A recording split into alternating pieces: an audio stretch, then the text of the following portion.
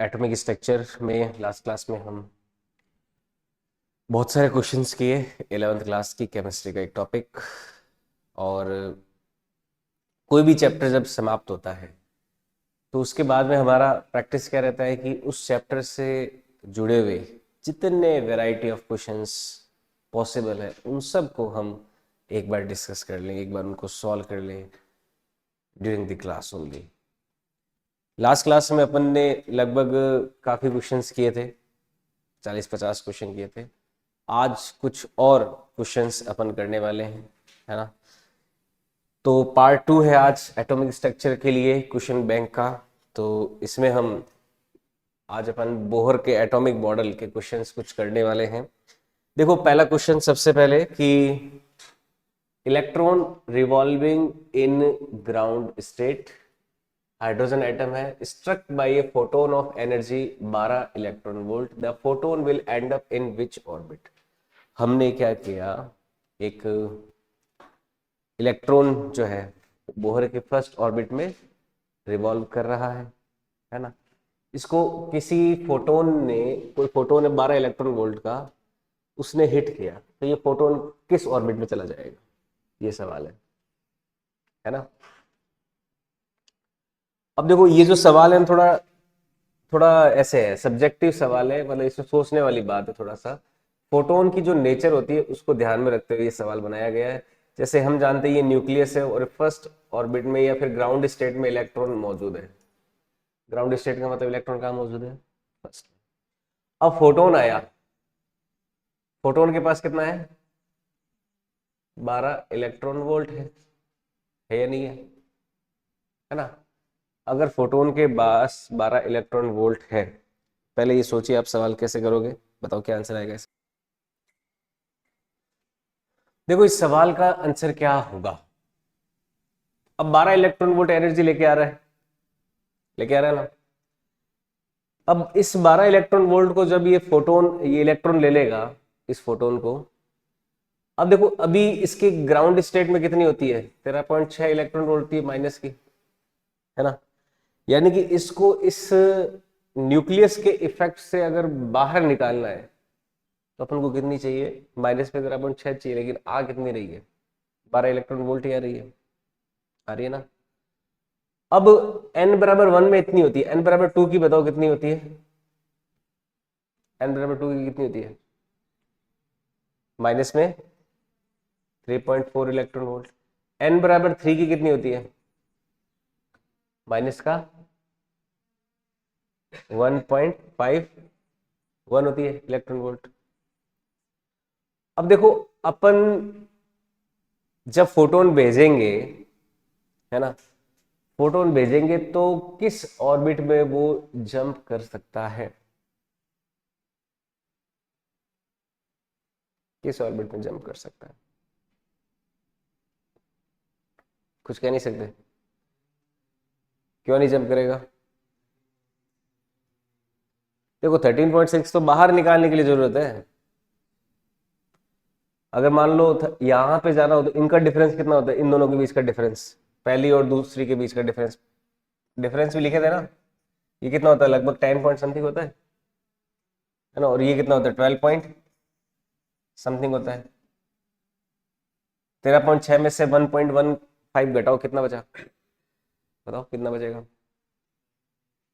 13.6 में से 1.51 घटाओ, 1 और 3 के बीच का डिफरेंस देखो। भाई, जो एनर्जी मिलेगी वो एनर्जी लेके इलेक्ट्रॉन क्या करेगा, हायर ऑर्बिट में जंप भी तो करेगा। तो कितना डिफरेंस है, 13.6 में से 1.51 घटाते हैं तो कितना, 12.1 आ रहा है। तो देखो यार, 12.1 इलेक्ट्रॉन वोल्ट, यानी कि मिनिमम 12.1 होता तब ये कहां जाता, 1 से 3 जाता। तो 1 से 3 तो जाने का कोई पॉसिबिलिटी यहाँ पे दिख नहीं रही है, इसका मतलब यानी कहाँ जाएगा, 1 से 2 में जा सकता है, 1 से 2 में जा सकता है। लेकिन यहां पर देखो 1 से 2 में एग्जैक्टली नहीं जा सकता, क्योंकि क्वांटो का मतलब ये एनर्जी का टुकड़ा। अब ये इलेक्ट्रॉन लेगा तो पूरा का पूरा पैकेट ही तो लेगा, पूरा का पूरा फिक्स पैकेट ही तो लेगा। तभी तो क्या होगा, लोअर से यहां तक आएगा, मतलब उसको अगर जाना है ना तो इन दोनों का डिफरेंस कितना है, या तो 12.1 इलेक्ट्रॉन वोल्ट का एग्जैक्टली फोटोन आता, तब क्या करता 1 से 3 में जंप मार लेता, या फिर इन दोनों के डिफरेंस का एग्जैक्टली फोटोन आता तो ये क्या होता 1 से 2 में जंप मार लेता।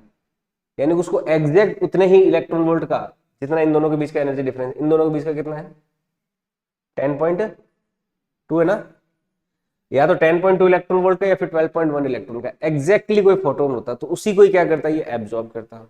जैसे आपने हाइड्रोजन एब्जॉर्प्शन स्पेक्ट्रम मैंने बताया, तो इसमें ऐसा था क्या कि हर कोई फ्रीक्वेंसी के फोटोन को हाइड्रोजन एब्जॉर्ब कर रहा है, नहीं ना, कुछ स्पेसिफिक फ्रीक्वेंसी के फोटोन को ही तो क्या कर रहा था एब्जॉर्ब कर रहा था। वो कौन से थे जिसमें वो 1 से 2 जा रहा है, 1 से 3 जा रहा है, 2 से 3 जा रहा है, एकदम पर्टिकुलर जो फिक्स अपना एनर्जी डिफरेंस होता है उसी एनर्जी फ्रीक्वेंसी का, एनर्जी से कोरिलेटेड जो फ्रीक्वेंसी उसी का ही फोटोन क्या करता है वो एब्जॉर्ब करता है। उसके अलावा बाकियों को वो एब्जॉर्ब ही नहीं करेगा। यही तो होता है क्वांटम प्रिंसिपल, जिसमें अपन क्या करते हैं एक पर्टिकुलर टुकड़ा जो है क्वांटो जो है उसी का ही क्या करता है वो उसी को ही एक्सेप्ट करता है, बाकियों को एक्सेप्ट नहीं करता। तो 12 इलेक्ट्रॉन वोल्ट का जो फोटोन होता है उसको एक्सेप्ट ही ये नहीं करता। या तो 13.6 से ज्यादा होता तो उस केस में क्या होता है ये इलेक्ट्रॉन बाहर निकल जाता है एटम से, बाहर निकल के जो एक्स्ट्रा एनर्जी होती है, मान लो मैं देता 15 इलेक्ट्रॉन वोल्ट, क्या देता 15 इलेक्ट्रॉन वोल्ट में से 13.6 गया, कितना बचा 1.4 इलेक्ट्रॉन वोल्ट ना।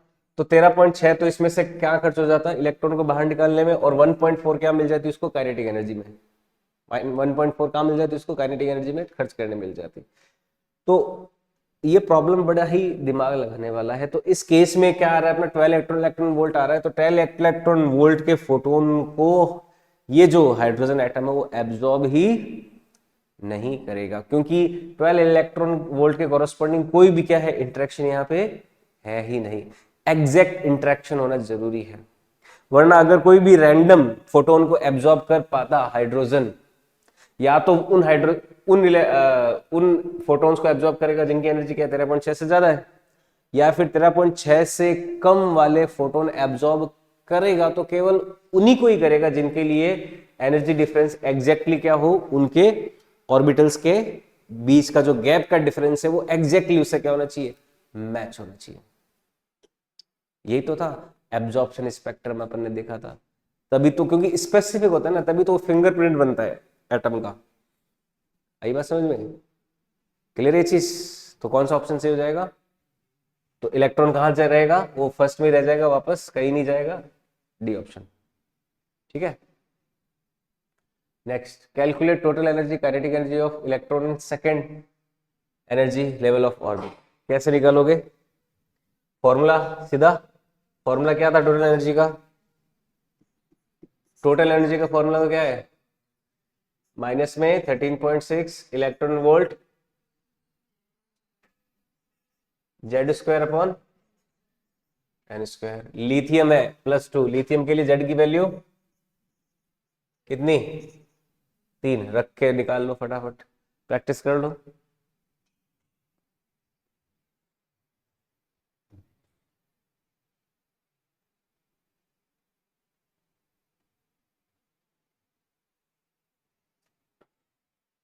टोटल एनर्जी आ जाएगा तो काइनेटिक एनर्जी क्या होती है टोटल एनर्जी का माइनस ही तो होती है, तो यहां से टोटल एनर्जी आ जाएगी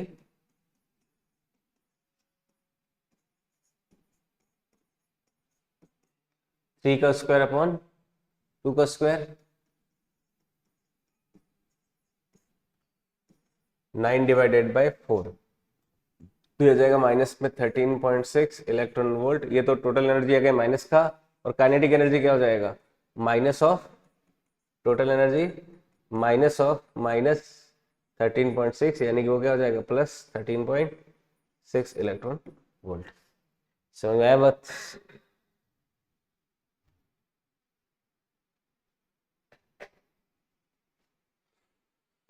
ठीक है, आगे बढ़े। Calculate ratio of energy of first orbit of helium.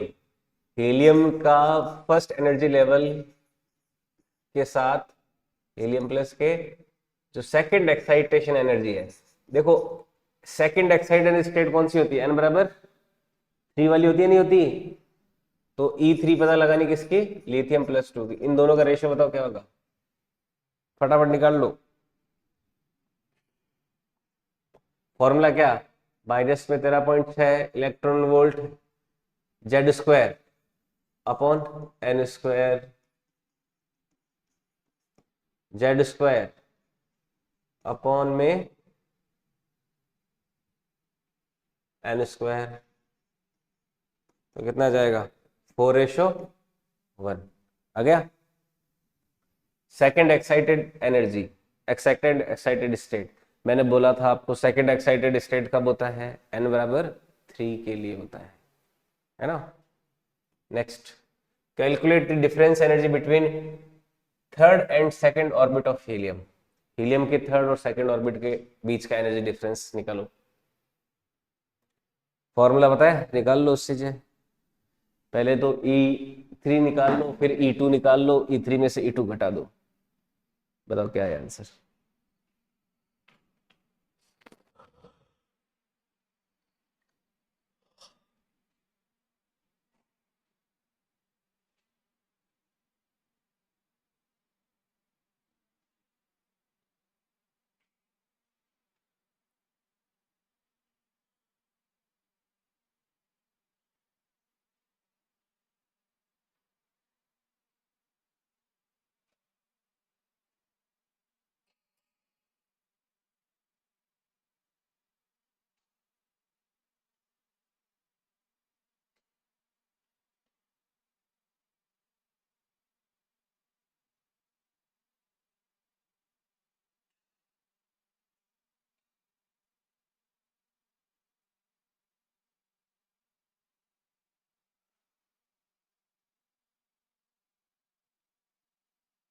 आ गया,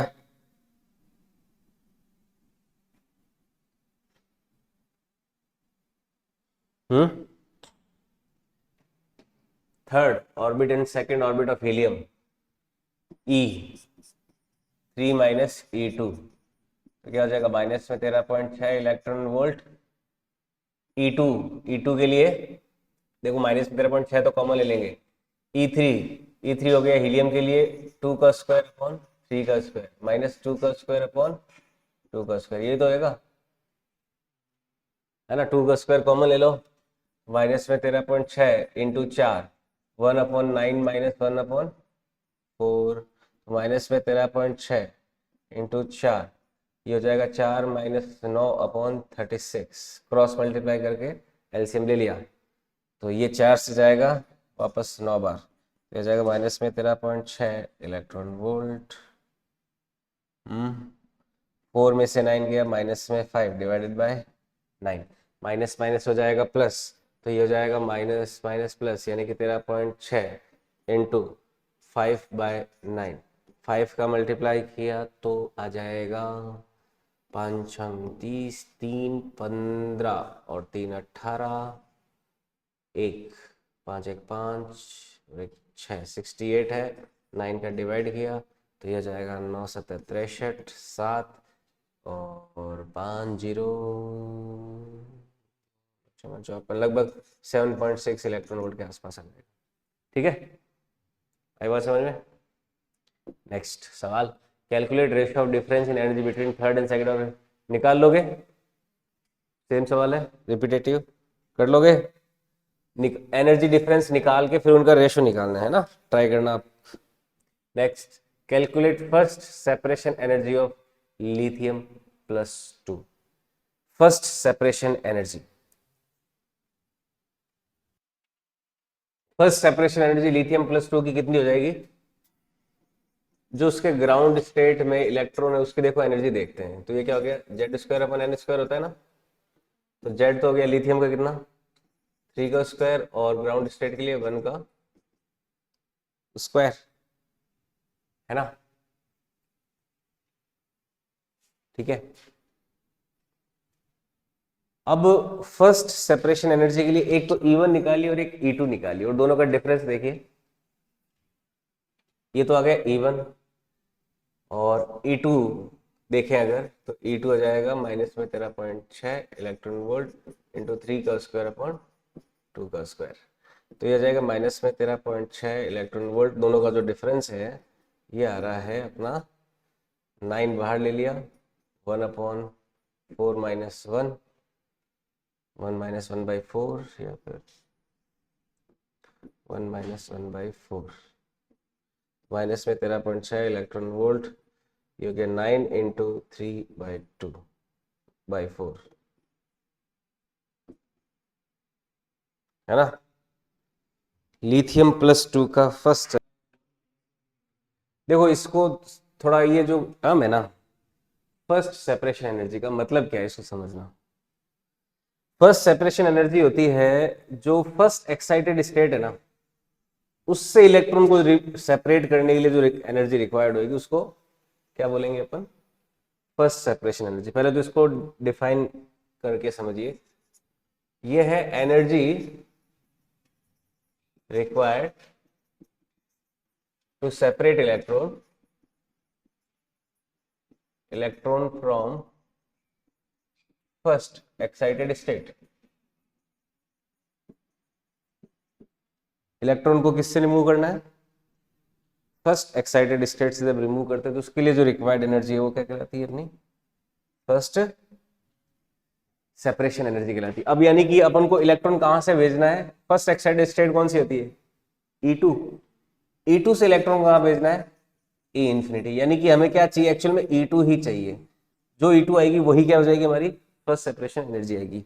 E2 का जो पॉजिटिव वैल्यू आएगा, E2 बराबर क्या हो गया, माइनस में 13.6 electron volt Z square upon n square. तो इसको जब सॉल्व करेंगे तो ये आएगी माइनस का 13.6 इलेक्ट्रॉन वोल्ट, है ना। और इसी का जो प्लस वैल्यू है वो फर्स्ट सेपरेशन एनर्जी आ जाएगा।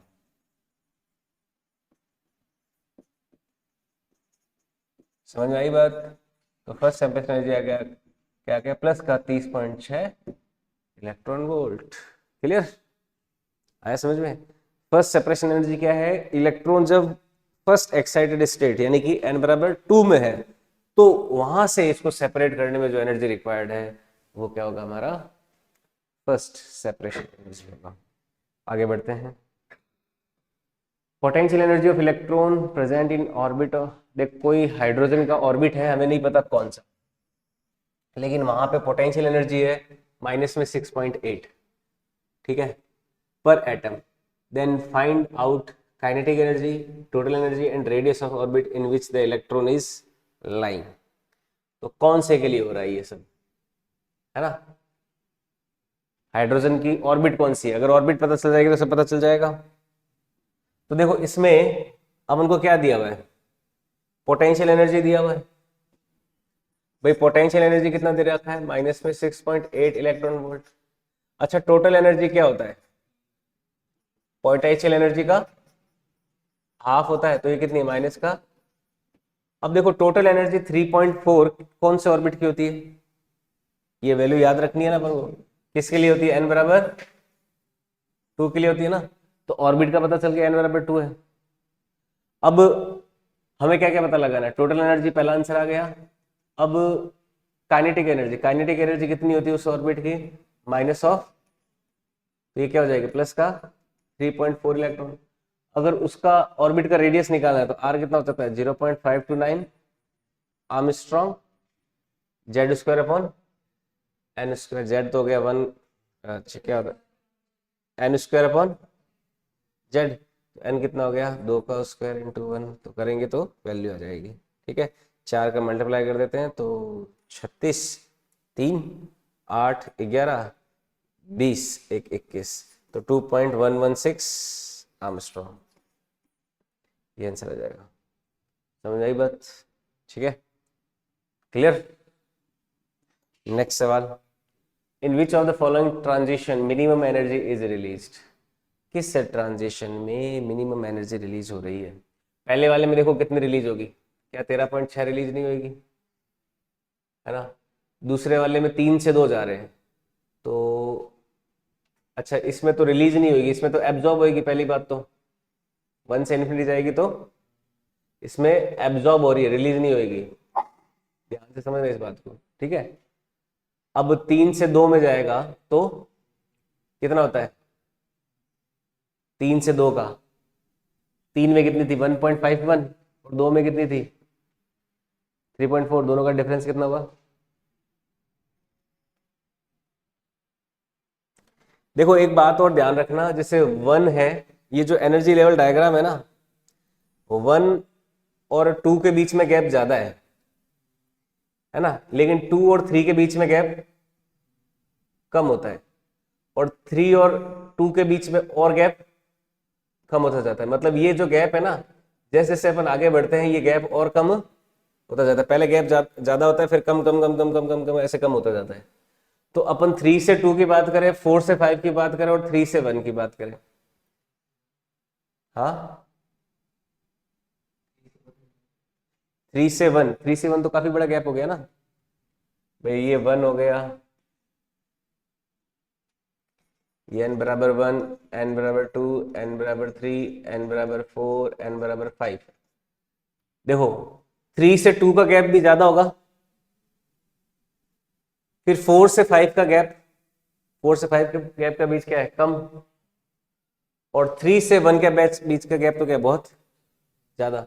तो सबसे कम किस में ट्रांजिशन या रिलीज होएगा, वो कौन सा है, 4 से 5 का। अब देखो 4 से 5 में फिर दिक्कत क्या है, ये तो एब्जॉर्ब का केस हो गया ना, लोअर से ऊपर जाएगा। तो ये वाला केस किसका है, रिलीज वाला केस है भाई। हायर से लोअर आता तो रिलीज होता है, लोअर से हायर जाता तो एब्जॉर्ब होता है। तो ये भी रिलीज वाला केस है और ये भी रिलीज वाला केस है। तो इन एब्जॉर्ब वालों को तो कंसिडर करना ही नहीं है। हालांकि अगर ये 5 to 4 होता तो रिलीज वाले में आता और वो मिनिमम में आता। अब देखो 3 से 1 का गैप और 3 से 2 का गैप, दोनों में कौन कम रिलीज करेगा, 3 से 2 वाला, यानी कि बी ऑप्शन करेक्ट। समझ आया बात? तो ये बी ऑप्शन इस तरह से आया इसका। क्लियर है ये चीज? कॉम्प्लेक्स है सवाल, है ना, जल्दबाजी में गलती हो सकती है ना, हो सकती नहीं हो सकती। एक तो देखो एनर्जी गैप धीरे धीरे धीरे धीरे कम होता जाता है, पर सवाल क्या पूछा है, रिलीज का, एब्जॉर्ब का नहीं। एब्जॉर्ब, क्योंकि इसमें 2 केस तो एब्जॉर्ब की हैं, तो वो तो मानना ही नहीं है। अगर यहाँ पे n बराबर 5 to 4 होता तो इस सवाल का आंसर हो जाता, लेकिन ये क्या है 4 to 5 है, वो तो केस कौन सा हो गया, एब्जॉर्ब का, इसलिए उसको क्रॉस कर दो। समझ में आइए गलत क्यों है? आगे, which following transition minimum energy is absorb. अब एब्जॉर्ब मिनिमम किस में होगी, है 4 to 5, 3 to 2, ये कौन सा हो गया, रिलीज वाला केस, ये एब्जॉर्ब, ये एब्जॉर्ब वाला केस, और ये रिलीज। तो इन दोनों में ये तो बहुत ज्यादा एब्जॉर्ब करेगा, ये सबसे कम एब्जॉर्ब करेगा। समझ आए बात? तो कुछ प्रीवियस क्वेश्चन ऐसे ही। Energy of second Bohr orbit of the hydrogen atom दे रखा है किलो जूल में, माइनस में 328 किलो जूल पर मोल दे रखा है। As the energy of fourth orbit would be, second Bohr orbit का पर मोल का, अच्छा मोल में ही काम करना है अपन को, है ना। तो जो भी एनर्जी होती है अपनी, एनर्जी बोहर ऑर्बिट के क्या होती है, प्रोपोर्शनल। एन एनर्जी क्या होती है, 1/n² के प्रोपोर्शनल होती है ना, होती है नहीं होती, ठीक है। तो अपन को अपना जो E2/E4 का जो रेशो है, सेकंड दे रखा है और फोर्थ का पूछा है, तो ये रेशो क्या होगा, 1/2 का स्क्वायर, 4 का स्क्वायर। ऊपर तो क्या आएगा 4 का स्क्वायर, नीचे क्या आएगा 2 का स्क्वायर, आ जाएगा ना। अब E2 जो है वो दे रखा है किलो जूल में, माइनस में 328 किलो जूल पर मोल। E4 निकालना है, तो ये हो गया 4 का स्क्वायर अपॉन 2 का स्क्वायर, यानी कि 16/4, यानी कि 4। तो E4 की वैल्यू क्या आ जाएगी, माइनस में 328/4, कितना आंसर आ जाएगा, माइनस का 82 किलो जूल पर मोल। तो माइनस का 82 किलो जूल पर मोल, यानी कि D option is correct.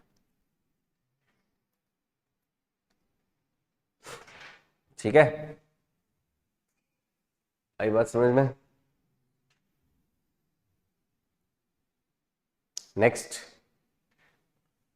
frequency of radiation emitted when the electron falls from 4 to 1 in hydrogen atom will be. अब देखो क्या करोगे इसमें, पहले तो निकाल लोगे वेव नंबर, है ना। वेव नंबर कैसे निकालोगे, रेबर कांस्टेंट इंटू 1 अपॉन, कहां से कहां आ रहा है, 1 में आ रहा है, कहां से, 4 से। इससे वेवलेंथ आएगी, वेवलेंथ से फ्रीक्वेंसी निकाल लोगे, है ना। v बराबर एफ लेमडा या फिर c बराबर एफ लेमडा, एफ कितना आ जाएगा, c अपॉन लेमडा।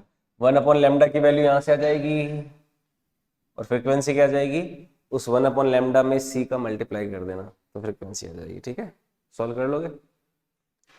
नेक्स्ट सवाल, in hydrogen atom energy of first excited energy का दे रखा, फर्स्ट एक्साइटेड स्टेट का एनर्जी दे रखा इतना, द काइनेटिक और energy of orbit of hydrogen energy. तो जो भी फर्स्ट एक्साइटेड स्टेट का टोटल एनर्जी है नेगेटिव में, उसका पॉजिटिव क्या जाता है, kinetic energy. A option correct. Who modified Bohr theory by introducing elliptical orbit. ये देखो सोमरफील्ड है, याद रखना है इसका। सोमरफील्ड नाम का एक और साइंटिस्ट आया था बोहर के बाद में, जिसने ऐसा बोला था कि ऑर्बिटल कैसी होती है, इलेप्टिकल होती है, सर्कुलर की बजाय, है ना। सोमरफील्ड मॉडल इतना ज्यादा नहीं पढ़ते अपने सिलेबस वगैरह में, पर ये बात ध्यान रखना कि बोहर के बाद में एक और आया था क्वांटम मैकेनिकल मॉडल से पहले, जो था सोमरफील्ड। सोमरफील्ड ने बोला था कि ऑर्बिटल कैसी होती है, इलेप्टिकल होती है। ठीक है इलिप्टिकल, इलिप्स होता है ना ऐसे, सर जैसे बोहर ने बोला ये सर्कुलर होती है, और उसने बोला इलिप्टिकल होती है ना। बाकियों के लिए जो इलिप्टिकल हो जाती है। Next, Bohr radius of for the hydrogen atom is approximately इतना, वो 5 to 9 आर्मस्ट्रॉन्ग की जगह 0.530। अच्छा, बोहर रेडियस जो होती है ना, वो n बराबर 1 की रेडियस को बोहर रेडियस भी बोलते हैं।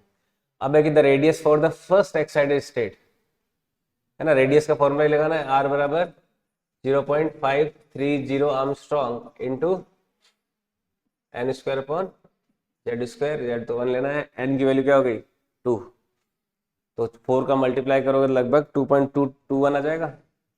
ठीक है, नेक्स्ट सवाल, the radius of hydrogen atom in ground state इतना दे रखा है, the radius of lithium plus, हो जाएंगे नहीं ये सवाल, है ना। रेडियस का फॉर्मूले के सवाल है सीधा।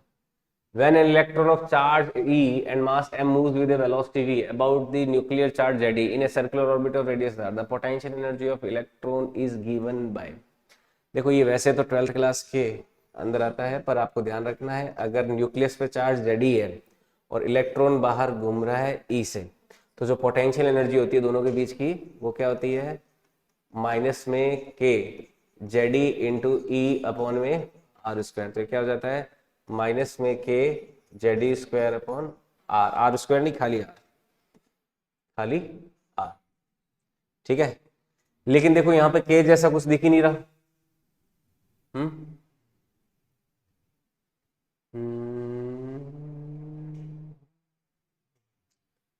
ये के यहां पे होना चाहिए था। ठीक है, तो इसलिए भी आंसर हो जाएगा। ओके, ठीक है, next, ionisation potential for hydrogen atom is, ionisation energy hydrogen की दे रखी है 13.6 इलेक्ट्रॉन वोल्ट। तो आयनाइजेशन पोटेंशियल जो हीलियम प्लस की कितनी होगी, बताओ कितना होगा, कितना होता है हीलियम का पहले ऑर्बिट से निकालने के लिए, 54.4 होता है ना, निकाला था अपन ने। ठीक है, energy of an electron in nth bore orbit of hydrogen atom is, कौन सा, फॉर्मूला ही पूछा है खाली। ठीक है, r is the radius of first orbit then radius of nth orbit of hydrogen given by, कौन सा कौन सा कौन सा कौन सा, एन स्क्वायर अपन जेड होता है ना, तो जेड 1 हो जाएगा, तो आर एन स्क्वायर हो गया, हो गया। आर क्या है, फर्स्ट ऑर्बिट का रेडियस, जो कि 0.529 आर्मस्ट्रॉन्ग लेते हैं ना। नेक्स्ट, स्पेक्ट्रम लाइंस के लिए, an electron is transitioning from 6 to 1, तो 6 से 1 में जा रहा है, तो total number of spectrum line बताओ, total number of spectrum line, formula क्या था, एन इंटू कितना हो जाएगा बताओ, क्या 15 नहीं हो जाएगा, फॉर्मूला रखो एन की वैल्यू, एन कितना 6 इंटू 5 डिवाइडेड बाई 2, 30 में 2 का डिवाइड किया 15, तो टोटल लाइन तो कितनी होगी 15। अब बाल्मर सीरीज की लाइन बताओ खाली, इसमें बाल्मर वाली कौन सी होगी। बाल्मर के लिए वो सारी लाइनें जो किसके लिए होगी, ये देखो गया 1 2 3 4 5 और 6, ये 6 एनर्जी लेवल है। बाल्मर की लाइनें कौन सी होती है, जो केवल और केवल 2 में आए। तो आपको कौन सी काउंट करनी है कि इलेक्ट्रॉन 2 में कैसे आ सकता है, या तो 6 से 2 में डायरेक्ट आ जाए, या फिर 6 से 5 आए और 5 से 2 में डायरेक्ट आ जाए, या फिर 4 से 2 में आ जाए, या फिर 3 से 2 में आ जाए। ये 2 में आने के लिए ये 4 केसेस ही बन सकते हैं, तो कितने हो गए 4 लाइनें। समझ में आया बात। तो बाल्मर कहाँ होता है, बाल्मर लाइन कहाँ मिलती है, जब इलेक्ट्रॉन कहाँ आता है एन बराबर 2 में आता है। तो 4 लाइनें पॉसिबल है, ठीक है। In an atom 5 orbits are present, एक एटम में 5 ऑर्बिट्स प्रेजेंट है। Then calculate the number of emission lines and absorption line formed in the spectrum. 5 orbit है तो 5 से इलेक्ट्रॉन जो है emission lines and absorption lines formed in the spectrum.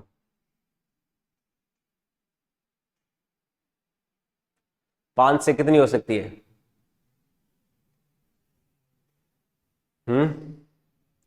देखो emission lines तो कितनी पॉसिबल है, 5 से इलेक्ट्रॉन कहां आ सकता है, एक में आ सकता है ना, तब इमिशन ही करेगा। तो इसके लिए कितनी पॉसिबल होगी, 5 इंटू 4 डिवाइडेड बाई 2 यानी कि 10। तो ये तो होगी नंबर ऑफ इमिशन लाइंस।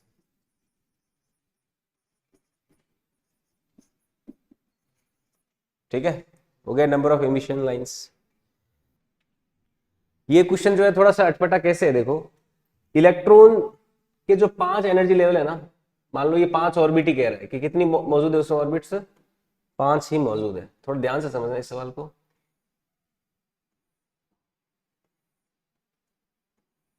ये 5 ऑर्बिट है ना, 1 2 3 4 5। अगर इमिशंस लाइंस देखनी है तो इलेक्ट्रॉन कहां से आ सकता है, 5 से 1 के बीच के जितने भी इमिशंस है वो सारे पॉसिबल देख लिए अपन ने। तो कितने हो सकते हैं वो, 10 हो सकते हैं, 10 तरह के देख लिए। अब जो इलेक्ट्रॉन होगा वो ग्राउंड स्टेट में ही होगा, है ना। एब्जॉर्प्शन के लिए जब देखने जा रहे हैं अपन, एब्जॉर्प्शन के लिए, तो एब्जॉर्प्शन के लिए मान लीजिए इलेक्ट्रॉन कहाँ है, ग्राउंड पे, ग्राउंड स्टेट में। अब ग्राउंड स्टेट से इलेक्ट्रॉन कहाँ कहाँ जा सकता है, या तो 2 में जा सकता है, कहाँ जा सकता है, या तो ग्राउंड से 2 में जाएगा, ग्राउंड से 3 में जाएगा, या ग्राउंड से 4 में जाएगा, ग्राउंड से 5 में जाएगा ना, सीधा ही। भाई ऐसा तो नहीं है ग्राउंड ग्राउंड से 2 में गया, 2 से बाद में 3 में गया, ऐसा थोड़ी ना होएगा। सीधा ग्राउंड से 2 3 4 या 5 उसी के ही फोटोन्स को वो क्या करेगा, एब्जॉर्ब करेगा। मैंने बताया ना कि एक एकदम स्पेसिफिक फ्रीक्वेंसी के फोटोन को ही क्या करता है, वो एब्जॉर्ब करता है। तो एब्जॉर्प्शन स्पेक्ट्रम में कितनी लाइनें पॉसिबल है, 4। इमिशन स्पेक्ट्रम में कितनी पॉसिबल है, 10। समझ आई बात, ठीक है, ये ध्यान रखना। तो इमिशन एब्जॉर्प्शन में तो 4 है, लेकिन इमिशन में कितनी है, 10। क्योंकि यहाँ पे एब्जॉर्ब कर, जब फोटोन आएगा एच न्यू, तो ये उन्हीं को तो एब्जॉर्ब करेगा जिसमें ये परफेक्ट क्या कर रहा है, 1 से कोई ट्रांजिशन मिल रहा है ना। समझ में आई बात। या तो 1 से डायरेक्ट 2 में जाएगा, 1 से डायरेक्ट 3 में जाएगा, 1 से डायरेक्ट 4 में जाएगा, 1 से डायरेक्ट 5 में जाएगा। ऐसा नहीं है पहले 1 से 2 में जा रहा है फिर कोई फोटोन एब्जॉर्ब कर रहा है 2 से 3 में, तो इतना थोड़ा ना मौका मिलेगा। वो एब्जॉर्ब करेगा तो एक साथ ही क्या करेगा, सीधा एब्जॉर्ब कर लेगा। लेकिन रिलीज क्या कर सकता है, वो यहाँ से यहाँ, यहाँ से यहाँ, यहाँ से यहाँ स्टेप वाइज कर सकता है। लेकिन एब्जॉर्ब करते समय उसको एक सिंगल एब्जॉर्प्शन ही सीधा करना पड़ेगा, 1 से 2, 1 से 3, 1 से 4 या 1 से 5। समझ में आई बात। 5 ही प्रेजेंट है ना क्वेश्चन के अनुसार, केवल 5 ऑर्बिट्स ही मान रहे हैं प्रेजेंट है, ठीक है। नेक्स्ट सवाल देखो, in hydrogen atom if electron move from nth to 1, total number of spectrum lines are 21, find n की वैल्यू कितनी, बताओ। n n-1/2 दे रखा है 21, तो n की वैल्यू कितनी है?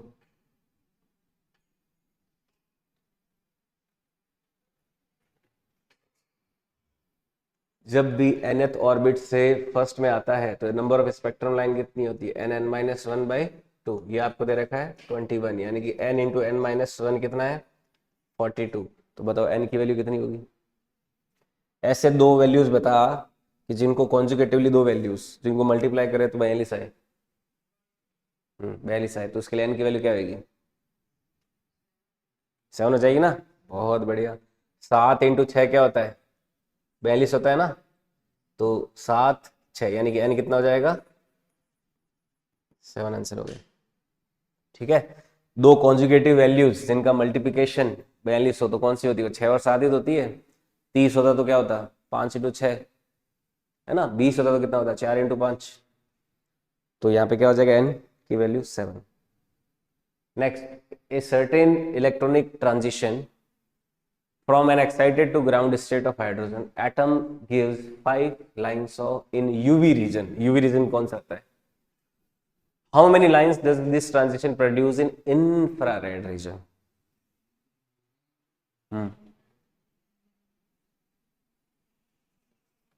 यूवी रीजन कौन सा होता है? जब कहां पे आता है? लाइमन में आता है ना? लाइमन सीरीज में यूवी रीजन होता है। तो इलेक्ट्रॉन जो है, मान लो किसी एक्साइटेड स्टेट n से जब 1 में आता है तब कितनी लाइनें दे रहा है? 5 दे रहा है। हम्म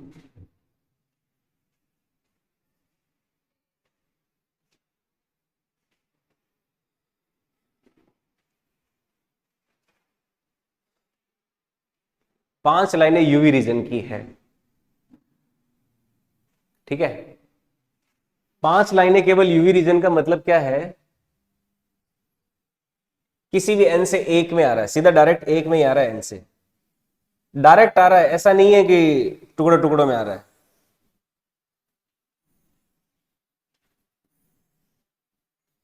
देखो डायरेक्ट एक में कैसे आ सकता है, ध्यान से समझना इस बात को। खाली एक में ही आना है अपन को, है ना? या तो 2 से एक में आए, 3 से एक में आए, 4 से एक में आए, 5 से एक में आए। कितनी लाइनें हो गई? 4। और या फिर 1 2 3 4 5 6, यानी कि 6th ऑर्बिट से 6 से 1, 5 से 1, 4 से 1, 3 से 1, 2 से 1, ऐसे हो सकता है। यानी कि हमारे पास total number of energy levels कितने हैं? 6 हैं, 6 हैं, 6 है या नहीं? हम्म है या नहीं? ठीक है। तो अब आगे क्या होगा? है इसमें देख, अगर मेरे को लाइमन सीरीज की 5 लाइनें बनानी है तो कितने एनर्जी लेवल चाहिए? 6 चाहिए। पक्का समझ में आ गया?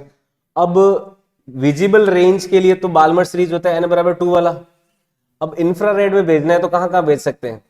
3 4 5 में भेज सकते हैं। अब 3 4 5 में देख कैसे आ सकता है? या तो 6 से 3 आए, है ना? या तो 5 से 3 आए, या फिर 4 से 3 आए। 3 लाइनें तो ये हो गई। लेकिन आपका 4 में भी आएगा तो भी क्या मिलेगा? वो इंफ्रारेड। तो वो कौन सा हो सकता है? 6 से 4 और 5 से 4। अब 4 में आए, 5 में आए तो भी तो क्या मिलेगा? इंफ्रारेड। एक लाइन ये वाली और हो गई, यानी कि टोटल कितने नंबर ऑफ लाइंस हो गई? 6 लाइंस हो गई। समझ में आया? बहुत टेढ़ा क्वेश्चन है ना? तो 6 लाइनें हैं इंफ्रारेड रीजन की। क्लियर? अगर कोई ऐसा एक्साइटेड स्टेट है जिसमें 5 लाइंस मिल रही है हमें यूवी रीजन की, तो मतलब इसका 6 ऑर्बिट्स के बीच का ट्रांजिशन है, 6 से 1 में आ रहा है इलेक्ट्रॉन। तो उसी के लिए हमें केवल पता लगानी थी किसकी।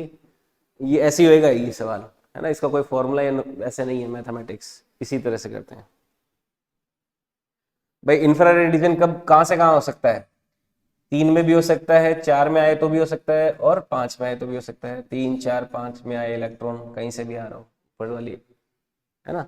तो वो सारी देख ली मैंने। ठीक है। तो 6 लाइनें टोटल पॉसिबल है। देखो फिर, in Balmer series which electron transition represent the fourth line? Fourth line कैसे, कौन से रिप्रेजेंट करेगा? देखो 3 से 2 आएगा पहली, 4 से 2 आएगा दूसरी, 5 से 2 तीसरी, 6 से 2 चौथी, है ना? समझ गया? तो ये कौन सी हो गई? 6 से 2। समझ आई बात? Next, calculate wavelength of third line of helium. Helium plus की थर्ड लाइन की वेवलेंथ निकालनी है? Third line of helium plus क्या होगी वेवलेंथ?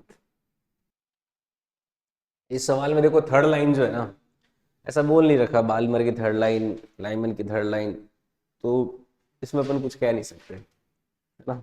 इसमें गड़बड़ आएगा तो इसको छोड़ दो एक बार। Calculate the frequency of last line of Brackett series in hydrogen spectrum. ये कर सकते हैं, last line of Brackett series, उसकी फ्रीक्वेंसी निकालनी। देखो इस सवाल को कैसे करेंगे, जैसे अपना क्या होता है, Lyman Paschen, Lyman बामर, Lyman बामर Paschen, bracket कितना होता है जब इलेक्ट्रॉन कहाँ आता है? 4 में, है ना? कहाँ से आ सकता है लास्ट लाइन के लिए? इन्फिनिटी से 4 में आ सकता है लास्ट लाइन के लिए। तो उसकी हमें क्या निकालनी है? फ्रीक्वेंसी निकालनी है। तो उसकी फ्रीक्वेंसी देखो क्या होगी, अपन E4 निकाल लेते हैं। E4 कितना? माइनस में 13.6 electron volt, n square upon Z, ये E4 आ गया इलेक्ट्रॉन वोल्ट में। जब इलेक्ट्रॉन वोल्ट में एनर्जी दे रखा हो तो उसके लिए 12,400 अपॉन लैम्डा, इससे वेवलेंथ आ जाएगी, है ना? जब इलेक्ट्रॉन वोल्ट में दे रखा होता तो वेवलेंथ किस में आ जाएगी? ये आर्मस्ट्रांग में आ जाएगी। तो यहाँ से लैम्डा की वैल्यू आएगी, पहले तो लैम्डा की वैल्यू आर्मस्ट्रांग में कितनी आई? 12,400 डिवाइडेड बाय 13.6 इंटू 4 का स्क्वायर यानी कि 16। ये तो वेवलेंथ आ गया।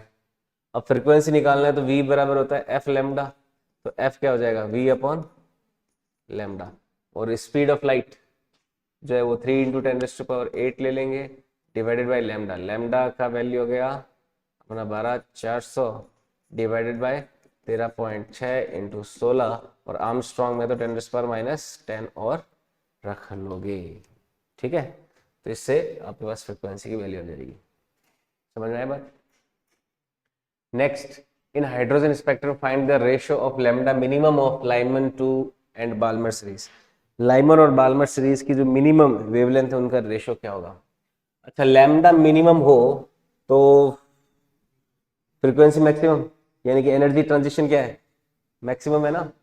तो मैक्सिमम एनर्जी ट्रांजिशन के लिए क्या आएगा अपना?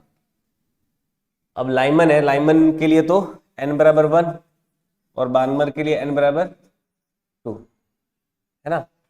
अब लैम्डा मिनिमम हो तो कहां से आएगा? क्या इन्फिनिटी से नहीं आएगा? मैक्सिमम एनर्जी ट्रांजिशन चाहिए, तो उसी के लिए लैम्डा मिनिमम मिलेगा लाइमन का इन्फिनिटी से 1 के लिए, और इसका कहाँ मिलेगा? इन्फिनिटी से 2 के लिए। इसका भी बाल्मर सीरीज का लैम्डा मिनिमम मिल जाएगा, मिल जाएगा। तो अब इसका रेशो देखना है ना? रेशो देखना है तो एनर्जी जो होती है, एनर्जी और वेवलेंथ क्या होता है? 1 अपॉन लैम्डा, इनवर्सली प्रोपोर्शनल होते हैं। जब इन्फिनिटी से 1 आ रहा है तो एनर्जी कितना हो गया? वही 13.6 इंटू 1 अपॉन एन स्क्वायर 1 के लिए, और ये हो गया 13.6 इंटू 1 अपॉन 2 का स्क्वायर, ये हो जाएगा 1 अपॉन लैम्डा 1, और ये हो गया लैम्डा 2 हो जाएगा। तो ये क्या आ जाएगा? लाइमन और बाल्मर का। अच्छा, अपने पास देखो लैम्डा 2 अपॉन लैम्डा 1 की वैल्यू कितनी आ जाएगी? 4:1। अपन को लाइमन रेशो बाल्मर निकालना है तो कितना आ जाएगा? 1:4। समझ में आया बात? आंसर आ गया। Which transition in the hydrogen atom would have the same wavelength as the beta line transition of Balmer series of helium plus? Beta line कौन सी होती है? अल्फा तो होगी पहली लाइन, बाल्मर की बीटा लाइन क्या होगी? सेकंड।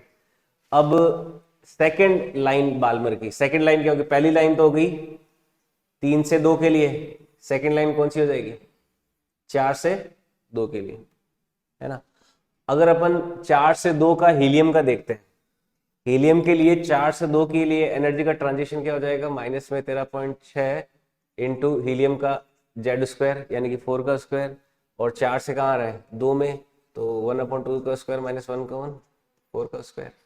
तो यहाँ से देखो ये जो ट्रांजिशन होगा एनर्जी का वो कितना हो जाएगा, माइनस में 13.6 इंटू 4 का स्क्वायर। 4 के स्क्वायर को अगर अंदर मल्टीप्लाई करें तो वैसे छोड़ देते कोई नहीं, नीचे 4 का स्क्वायर कॉमन ले लिया है ना, 1/8 ये 1/16, तो ये हो जाएगा 1/4 माइनस 1/16, तो ये आएगा 3/4, 3/16 आएगा ना, ये क्या आएगा 3/16 आएगा, आएगा ना। तो 3/16 के लिए ये कैंसिल हो गया, तो यानी कि कितना आ रहा है, माइनस में 13.6 इंटू 3 आ रहा है। Beta line transition of Balmer series 4 से 2 में 13.6 इंटू 3 आ रहा है।